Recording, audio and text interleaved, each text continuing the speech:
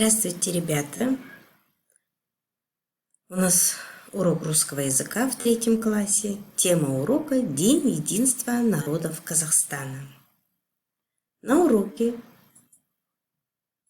ты будешь понимать содержание прослушанного текста, отвечать на простые вопросы по содержанию прослушанного текста и подбирать иллюстрации по развитию сюжета, писать предложения по данной теме и создавать кластер.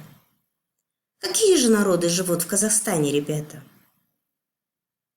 Посмотрите на картинку.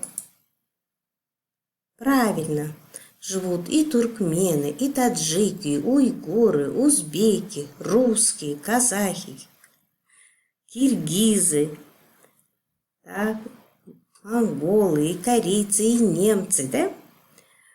Вот столько, более 140 национальностей, и они живут дружно, весело, и все традиции, обычаи своего народа тоже сохраняют. И каждый народ с уважением относится к каждой национальности, живущей в Республике Казахстан. Прочитай пословицы. Как ты понимаешь эти пословицы? Сила птицы в крыльях, а сила человека в дружбе. Язык дружбы не нуждается в переводе. Дружба за мир стоять, войне не бывать. Правильно, если все люди разных национальностей живут в дружбе, ценят друг друга, уважают, тогда никогда не бывать войне. Правильно. Прочитай текст и выполни задание. В нашей стране люди разных национальностей живут как? И выбираем ответ. Правильно, дружно.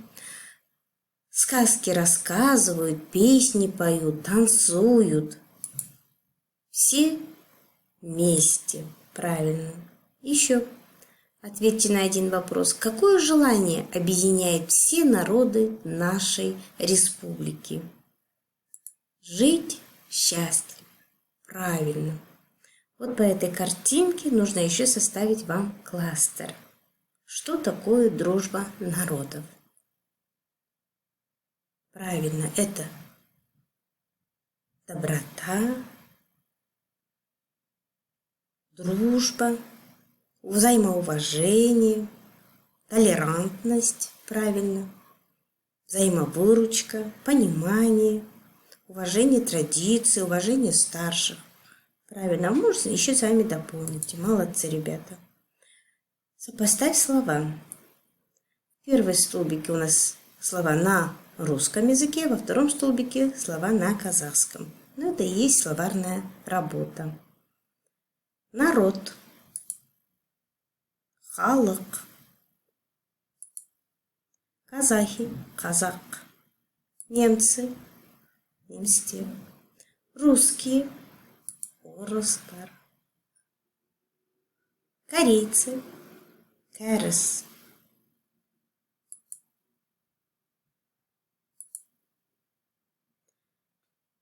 Дома вы должны создать кластер о дружбе народов в Казахстане по данной картинке. На основу возьмите пословицы о дружбе народов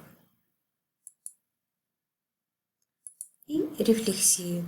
Плюс, минус, интерес. Все, что понравилось. Получили новую информацию?